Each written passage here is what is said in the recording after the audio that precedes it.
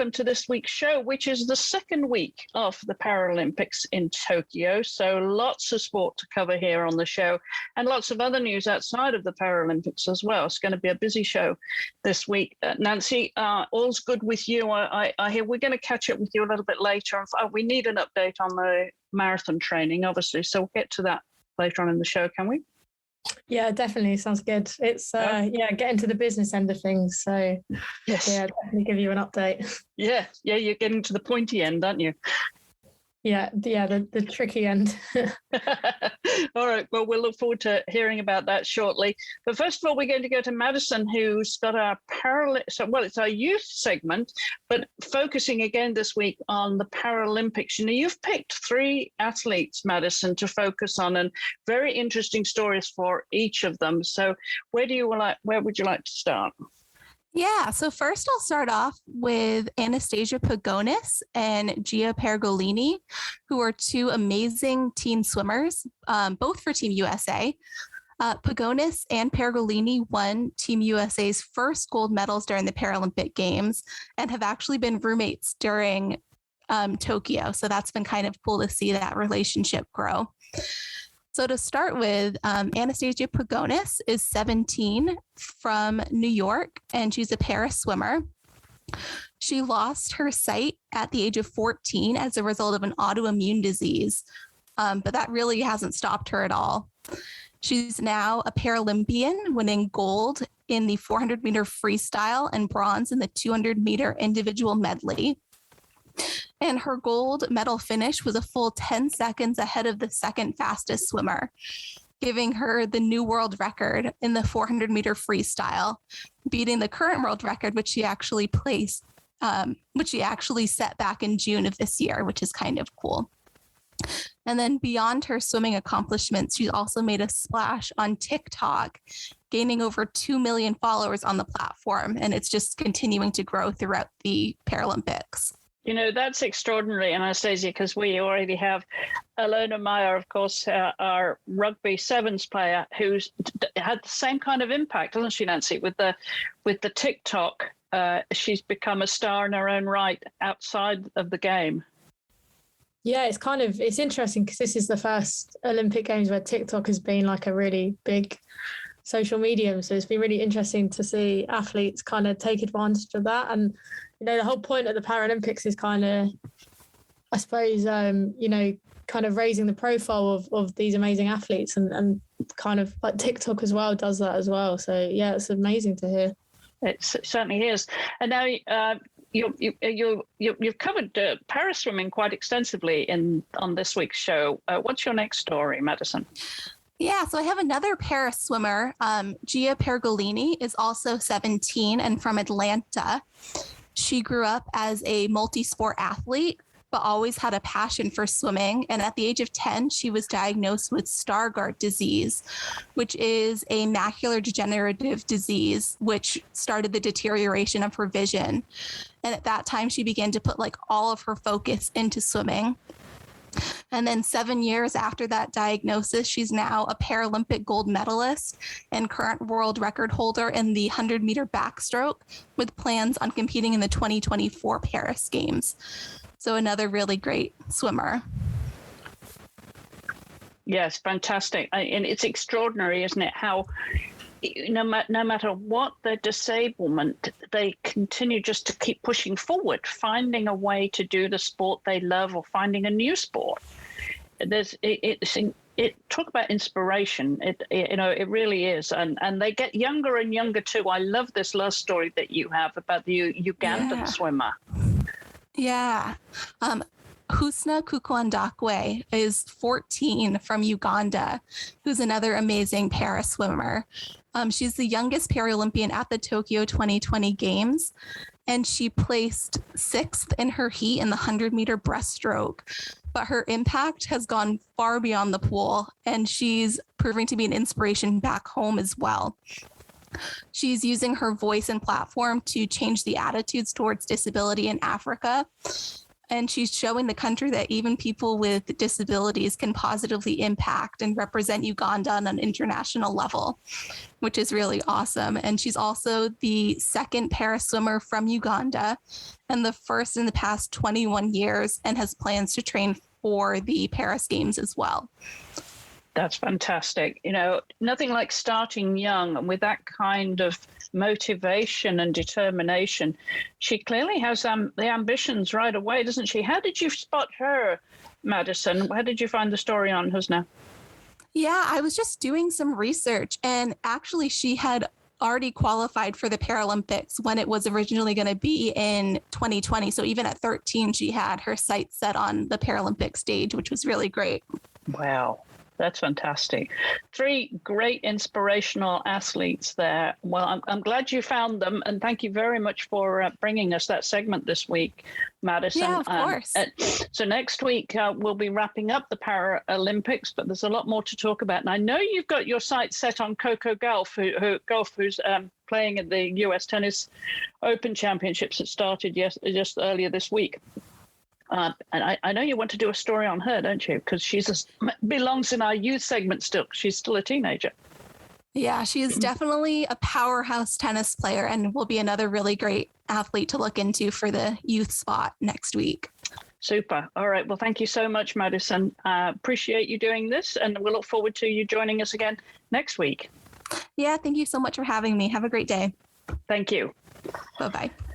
Now, well, Nancy, that leads us nicely into the Afghanistan story of the para-athletes that managed to get to Tokyo after all, despite the difficulties. Yeah, this is a really incredible story. So I think, talked about it a couple of weeks ago, how the Taliban takeover of Afghanistan prevented their 2 Paralympians from traveling to Tokyo for the Games. And one of them was Zakia Kudadadi.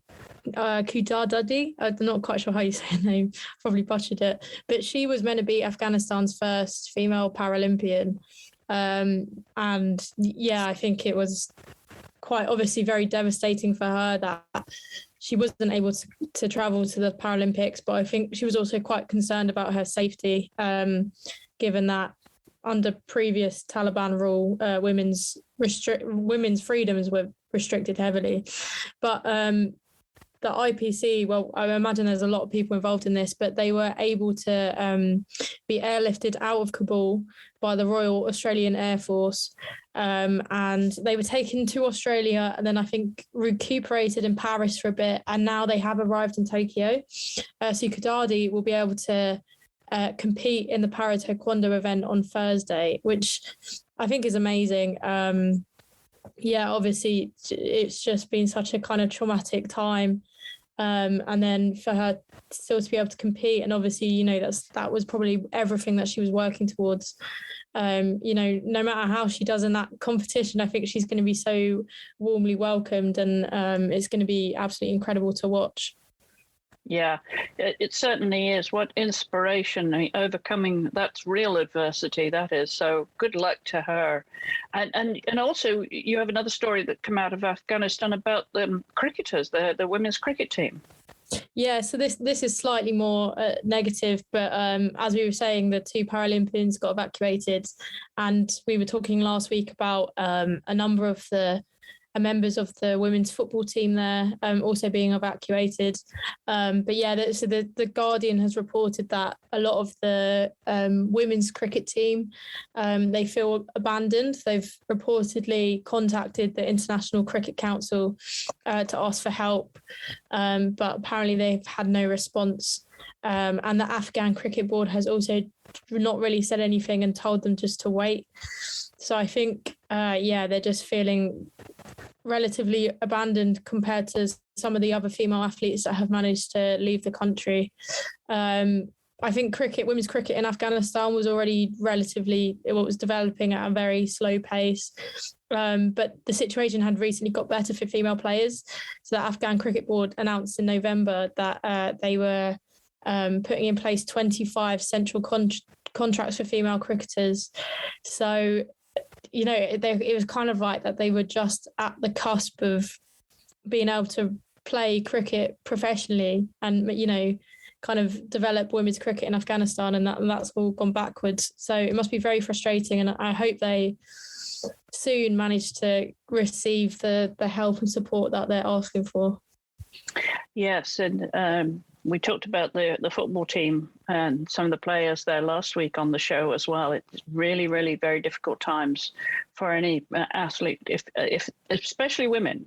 I don't know how it compares with the men, but we know that it's always more difficult for the women in Afghanistan. So if you're an athlete as well, who knows? It's a very uncertain future for them. But we'll follow that news and any news that's coming out of Afghanistan when it relates to sport as well. And we've got some track and field, some athletic news as well in just a moment that I want to get to. Following up again from our stories last week. But I do want to touch on a couple of records in terms of personal collections of gold medals. So there's Britain's Sarah Storey, the cyclist, the para-cyclist, and the New Zealander Sophie Pascoe, who's a swimmer. They're collecting gold medals just like some people collect coins. I think Sarah Storey's won now 16 gold medals, 16, 16. And Sophie... 27 in total as well, which is also an incredible number. That's extraordinary, isn't it? And Sophie has just won her 10th in the 100-metre freestyle. The records just keep on coming, don't they? But that's extraordinary by any measure.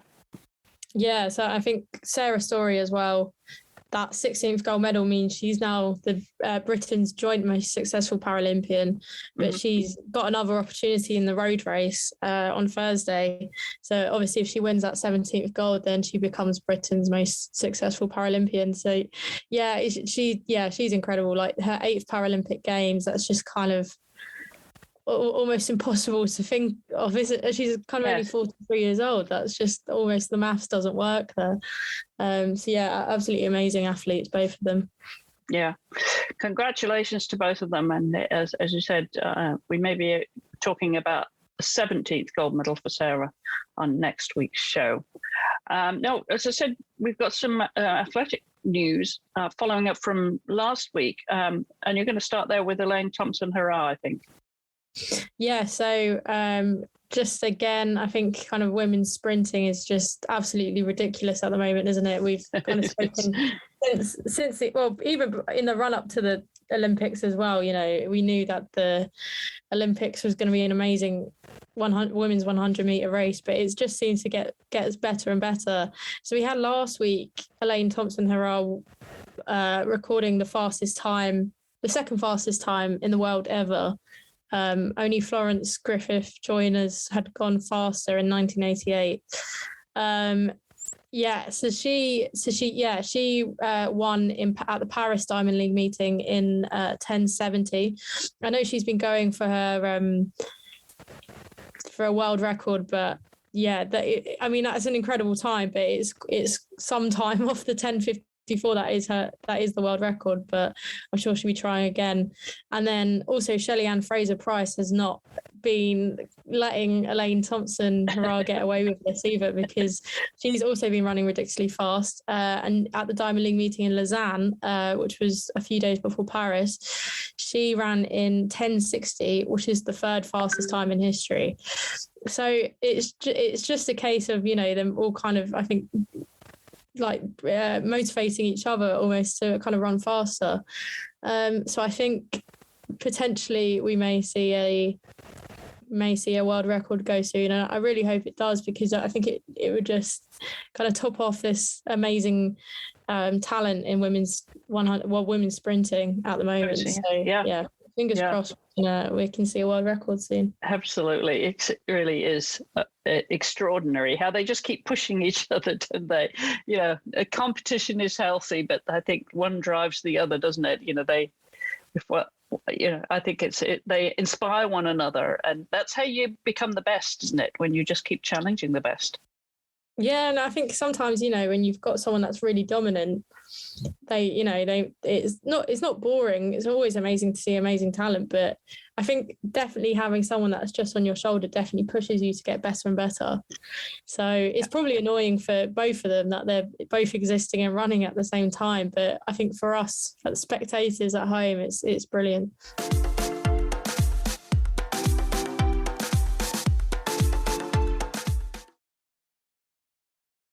Well, talk about inspiration. And I know you've watched the video since I mentioned that our featured story for the website this week is going to be about the American Kendall Gretsch, who won the individual triathlon PT wheelchair by beating Australian Lauren Parker by 1 second in the most thrilling sprint finish I've ever seen in wheelchair triathlon at the Tokyo Paralympics. It was extraordinary where she came from on that final stretch to overtake Lauren, who had been leading her for quite a distance. I watched the whole race, but you saw that since, didn't you? What a finish! Yeah, I did. It's incredible. Like the determination she must have at the end of that exhausting race to just have that final push is incredible. Yeah, so well worth a gold medal. Probably that feels sweeter than completely like being ahead the whole time and crossing the line easily. That must feel amazing to get kind of grab that gold medal at the very last second. Yeah, and it really was a 1 second victory. It was just extraordinary. The tenacity of those athletes is quite remarkable. So congratulations to Kendall. You've made our front page this week. I've got a couple of golf stories now, Nancy, before we get on to, of course, it's the US Open tennis, and I've got some football news. I know you've got some football news as well. So I just want to mention that Trish Johnson won the Senior LPGA Championship in Indiana this past Sunday, and it was the English golfer's second time lifting that trophy. She won it in 2017. And it was also the Curtis Cup this past weekend too, and the Americans captured that with Rachel Cohen tapping in the championship point just as her mother Brenda did in 1998. And the 41st Curtis Cup match was played from August 26th to the 28th, as I said last week, at the Conwy Golf Club in Wales. It had been originally scheduled, you probably noticed that, Nancy, for June of last year, but of course with the pandemic, it was cancelled. But some of these British American tournaments, when it comes to golf and tennis, it's an interesting rivalry. It's a bit like Australia and New Zealand, and the Trans-Tasman competitions down there. They're friendly derbies, aren't they? But not so friendly. Yeah, it's very, very competitive, isn't it? It's always it's a very interesting concept. It's always fun to watch. Yeah, it certainly is. All right, well, we're going to jump over to the US Open. It started earlier this week. Sloane Stephens and Madison Keys, they went back to back back and forth in a first round thriller. And Stephens eventually pulled that win 6-3, 1-6, 7-6. And then Simone Halep, who's number 12, she beat Camilla Giorgi in straight sets, advancing to the second round of the US Open. And she missed the French Open and Wimbledon due to injury, of course. And then always in the news these days, number 3, Naomi Osaka, she cruised past Marie Buzkova, 6-4, 6-1. And then I mentioned Coco Gauff earlier. She's number 21 ranked. She rallied against Magda Linette, winning 5-7, 6-3, 6-4. And then she'll face Sloane Stephens next. I watched that. I don't know if you got to see any of that, did you? Any of the US Open so far, Nancy? Haven't been able to watch it, but I definitely will. It's sometimes the timings can be a bit funny, but sometimes it works perfectly because it's evening here. But no, I'll definitely be watching some of it in the days to come. Yeah, and there's, of course, Emma Raducanu. Help me here. Raducanu, thank you. I'm not sure that's right, though. That could be wrong. All right. Well, apologies in advance, Emma, that neither of us may have got this right. But she's been spending some time over here in the States in her lead up to the US Open. So, I mean, she's still very young, though, isn't she, for that big stage, although she's proved at Wimbledon that she's game for it. Yeah, I mean, she is, I think, quite similar to Coco Gauff, although I suppose, did Coco Gauff get further? I think she did, but it's kind of, that there isn't that much, there is expectation, but, the fact that they're so young kind of, if they don't do well, it's absolutely fine because they've got so many years ahead of them in their career. At this point, any kind of all the matches they're playing and the tournaments they're playing is kind of just getting experience when they're really going to hit their peak in kind of 5-6 years. But she is, very, very exciting to watch, and I'm interested to see if she can kind of replicate her success at Wimbledon, kind of maybe without the home crowd, because obviously there was that big kind of surge of support for her. Yes. So, at the US Open, it's a different, not a British crowd. So I wonder if that will affect her at all. But yeah, like I said, any kind of, it's all experience at this stage in her career. Yeah, for sure. And if you follow the tennis, then you'll know that the gates were open fully this year after last year pandemic hit tournament. This year, you could actually attend, but you had to prove vaccination. And I noticed that the stands were full. I was watching yesterday, and the stands were fairly full, but no one was wearing a mask. So hope it doesn't become a super spreader. But I guess if everybody's vaccinated and it is outdoors, hopefully everybody's staying safe. All right, we're going to move on to some football news because I know that will make you happy, Nancy. And this is a story we posted on our social media earlier this week. Great news from Ireland. Yeah, so the Football Association of Ireland has announced that the men and women's international players will now receive the same match fee, which is kind of, it's absolutely massive news. There's been a few countries that have done it already, including England. I think New Zealand are also up there. Obviously, it's kind of been a long-going issue with the US, but it's amazing to see more and more countries do it. So the captains of both the men and women's teams had were part of brokering this deal. So that's Katie McCabe, who plays for Arsenal actually, on the women's side, and then Seamus Coleman on the men's. And I really liked what Seamus Coleman said about this. He said, "We're delighted as players to do what we can to ensure that our female international players are treated equally and fairly, and we remain fully committed to doing whatever we can to achieve that goal together." Yeah, I just think it's in this kind of fight to achieve gender equality in sport, like you 100% need kind of the sportsmen involved as well. So to have, I think, the support of the Irish men's football team was probably really kind of helpful when they were campaigning for equal pay. So it's great to see male footballers so supportive of their female counterparts. Yeah, for sure. That's great news. Well done to Ireland. Hopefully others will follow suit now. You mentioned your favourite team, Arsenal. What else is new from the WSL over there now this week? So the WSL is actually starting this weekend. So it's very exciting at the moment. Kind of the build up in the days before. So yeah, it's going to be a really massive season. There's a new broadcast deal, which means the majority of matches are going to be shown on Sky Sports or BBC, which I think will you could watch all of the games actually on this website called the FA Player.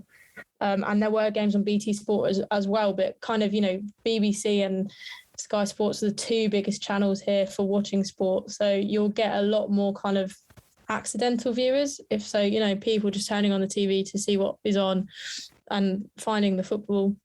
And then there's also quite a few matches taking place at the kind of the biggest stadiums. So the stadiums of like the men's teams. So for the opening weekend, you've got Arsenal and Chelsea are going to play at the Emirates. Tottenham are going to play at the Tottenham Hotspur Stadium against Birmingham. And then Everton and Man City are going to play at Goodison Stadium. So there's a lot to look forward to, and it's hopefully going to be a really kind of breakthrough season for women's football here. Well, we know how you're going to be spending your time, and you're calling it work. Yeah, I think I'm going this weekend. I think I'm going to back-to-back matches. I think one with work and then one just as a fan. But yeah, that's basically going to be taking up my weekends now. Okay, all right. Well, we have some football news for you in just a second, but I want to jump over this side of the pond to the NWSL because Aisling Harris deserves a shout out. She's the Orlando Pride keeper and their captain, of course, and she broke the record this past weekend with the 469th save of her career. Kansas City goalkeeper Nicole Barnhart had previously held that record with 468. Now, Aisling's record-breaking moment, and I love this, came against Gotham FC this past weekend, and I don't know if you watched this, Nancy, but she made her third save in the 68th minute of the match. And it was by it was actually a third save in the 68th minute of the game by dropping to both knees to block away a point-blank shot it was from Carly Lloyd. It was just such a direct and short distance hit. And Aisling said she fielded plenty of expletives and a few playful shoves from Carly throughout the night. But after the game, she told us she just... there was no other person she would have rather break that record against than hers. And the Pride, of course, went on to win that game 1-0. Now, Aisling she's also won 36 NWSL Save of the Week honours since 2016, including 8 this season, and notched 5 straight penalty saves so far this year. And she is still not on the NWSL, she's USWNT roster, excuse me. Of course, she wasn't on the roster for the Olympics. She is not on that roster at the moment. There are 3 other goalkeepers who are, but not Aisling. And she's at a point in her career, I'm wondering if she's concerned about getting onto the national squad again, but that was extraordinary. Did you actually see that particular save that she made against Carly? No, I didn't manage to see it, but yeah, now after this, I'm going to go and watch it. Yeah, and I won't give too much away, but everything is in Carly's expression. Everything after Ashley saved that direct hit. And I should also mention that another record-breaking performance this week, and that performance was by the crowd of fans that attended the OL Reign game against their local, talk about local derby, against their rivals Portland, which they beat 2-1. But they played in front of a record-breaking crowd of 27,248 fans, and they did that at the Lumen Field, which is the home of the Seattle Sounders and Seahawk. And Megan Rapinoe said afterwards that, they really deserved to play on that stage. It was a tremendous crowd, tremendous stands, and really a wonderful, wonderful amphitheater for them. But Megan made her mark there. She scored another brace. She'd done that in the previous game, and she did it again too to secure the 5th consecutive home win there. And I don't know if you saw those goals, did you? Yeah, she seems to be doing just for fun lately. She seems to be on target. I know. Yeah, she's in pretty good form. She really is. Yeah. All right. Well, that's about my news for this week. But I should mention Portland Thorns at the top of the league standings there, with the North Carolina Courage right behind them. And then OL Reign. Orlando Pride are in 4th now. But it's been very competitive as we're rounding up. As you're starting your season, we're rounding up ours. Yeah, it's a bit of a shame that it's not consecutive seasons, but I think that's always been the case, hasn't it? That's why sometimes we've managed to have a few American players over here, and then they've gone back and played the majority of the American League as well. So yeah, but at least, it's constant football for women's football fans, so you can't complain too much. No, we're not complaining. There's a lot of soccer, and there's been some moves. We haven't talked about the transfers. We could talk about that next week, but any initial reaction to some of the transfers that have been announced? I think, it's been a lot of the American players that came here last year going back to the US, which I think was really expected, that they only could be here for a year. kind of not really any specifics, but it's quite interesting that over here, I don't know if it's the same for the American League, but over here we're getting a lot of kind of Scandinavian, like Swedish and Norwegian players now coming into the league. So it's obviously Sweden did really well at the Olympics as well. So it's very interesting, obviously, to see that country, a lot of the players now moving into some of the top leagues in the world. So I don't know if has that been the same in the US? Have you noticed that at all, or has it not really been the case? Yeah, there have, no, most definitely. Yeah, because it used to be a lot one way, but now we get it is two-way traffic, very much so. Yeah, absolutely. There's been some interesting signings, and of course all eyes are on Angel City, the new team in LA, and who they're going to be signing on, because they announced last week that they've signed Kristen Press. She's been their first player to be added to their roster. So we're wondering who's next, and there was a lot of chatter on Twitch on the weekend. You know, the chat, I don't know if you have Twitch over there in the UK. But we do have it, yeah. I don't use it myself.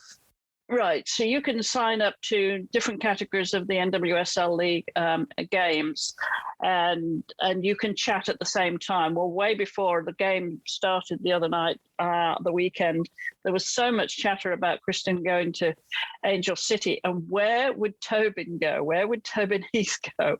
And there was just fleeting one, and I wasn't able to catch it, but someone made a point that Tobin couldn't go to Angel City. Some technical difficulty there, that she wouldn't be able to go, but everybody agreed that she should go to San Diego. So we'll see. Yeah, it's going to be an interesting one to have a look at, isn't it? Yeah. Abby Delcamp, she just moved as well. Did you see that? Yeah, so she's moved, because she's come back from City, and then went back to her team and then moved again. Is that right? There's quite a few moves there. Yes, quite a few moves. And yeah, well, I'm sure we'll have more of this next week. But that does lead me to a nice little segue here to our last two stories, because there's a sports partnership that's been announced by a drink manufacturer that covers both football and our final story of motor racing. Yeah, it's quite a nice link. So Heineken has announced sponsorship deals with the Women's Champions League, the Women's Euros for the next two editions, so 2022, which is happening here, and then 2025, and then also the W Series, which is like you said, the motorsport competition, which is taking place at the moment. It's amazing to see such a big brand like Heineken, who has, especially for the Champions League, has been really heavily involved in kind of sponsoring the Men's Champions League. So it's great to see a big company like that want to kind of get involved with women's sport. And again, obviously football maybe is the obvious choice, but it's also, the sports like motorsports, like the W Series, which is proving to be really popular, but isn't kind of like the number one women's sport in the country or the world. So it's really great that they've kind of not just gone with the kind of obvious choice. And then, like I said, moving on to the W Series. So we are now on to, I believe it's race 6 coming up this weekend. So there's 5 races that have gone so far. It was quite a dramatic race, because there was a massive car crash in the qualifying session the day before. I don't know if you saw it, yes. But it was quite awful. Very dramatic. Yeah, luckily no one was injured, but Ayla Argren and Betsky Visa were both taken to hospital. They were both discharged, but neither of them competed in Saturday's race. So Emma Kimmelkainen, she won.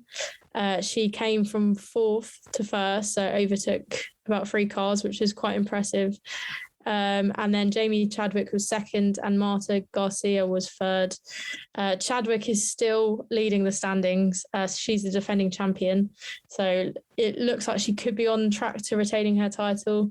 And then Alicia Power was 3rd, and Kilwinanen is 3rd. So it's very nicely set up for the next race, which is this weekend. Yeah, that's 3rd and 4th, isn't it? This coming weekend in Zandvoort, Belgium. where the Formula One race is. Yeah. So it should be good. Yeah, exciting times for women's motor racing, and well done to Heineken for stepping up there. There are more and more opportunities now for these sponsors to get behind women's sport, and we're seeing it. You know, we have a lot to be excited about, I think, Nancy, don't you, when it comes to sponsorship and support and media coverage of women's sport? Yeah, definitely. I think it's starting to really kind of women's sport is really starting to show that it's commercially viable, and subsequently so many more brands are getting on board as well and sponsoring them. And it's that, you know, it's a cycle that now that more brands are involved, there's more money in it, and it can become, you know, bigger and better than it was before. So it's, really definitely on a really good trajectory at the moment. Yeah, for sure. All right. Well, that was a lot of news for you this week, and we'll have a lot more next week because the Paralympics will be winding up, and I'm sure you're still covering it because you've got really, really good coverage, haven't you, through Sky Sports, who have the Channel 4, isn't it, that have the rights in the UK? Yeah. That's right. Yeah, the Channel 4, they are really, really good over their Paralympics coverage. They've been doing it for quite a few games now. So yeah, it's been brilliant so far. So yeah, it's been really great to watch, and looking forward to the last few days. Okay, I should ask you, when we were talking about tennis, who is your money on for this year's US Open? Oh, it's a tough question. Oh, no, it's easy. It's easy. God, it's so easy. You think it's Barty? Yes, absolutely. Yeah. She's got the game. Yeah. Yeah, I would say Barty as well, but I don't know, for some reason Osaka just really turns it on for the US Open. So she did. Yeah. But really, really just like is able to switch.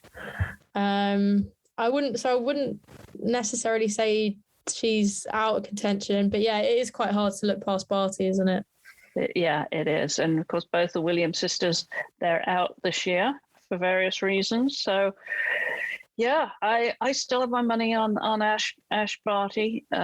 So we'll see. I mean, the Olympics are very different to the US Open. So I'm sure, she'll want to end 2021 on a good note. Because she'll be going home for the Australian Open, of course, and there's the WTA finals as well. She'll probably be going after that. So, all right, one tournament at a time. My money's on Ash Barty to take the US Open. So stay tuned. We'll bring you an update next week on this show. All right, most important news of the day. An update, please, on the marathon training. You're really to your fine tuning, I guess. With how many weeks to go before the London Marathon? I think it's a month on Sunday, so getting really close. So whoa. I've got one big run, so 32 kilometers. I'm doing that on Thursday, and then after that I can start tapering off, so kind of reducing my distance until the big day.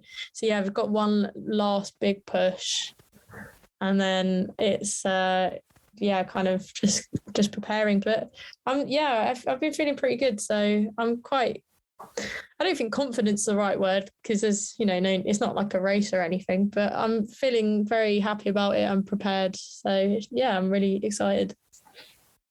Yeah. Well, have you been running with anybody this whole time? Have you had a training partner? No, I haven't, but I kind of prefer just going at my own pace. I just put my AirPods in and listen to music or a podcast, and I just kind of prefer doing it off my own steam, because when you're with someone, you either have to, they might be a bit too slow, they might be a bit too fast. So yeah, just kind of put music in and just go off on my own. Off you go on your own. And have you had any coaching at all, or this has all been your own research? And all been my own research, yeah. So hopefully I'm doing the right thing.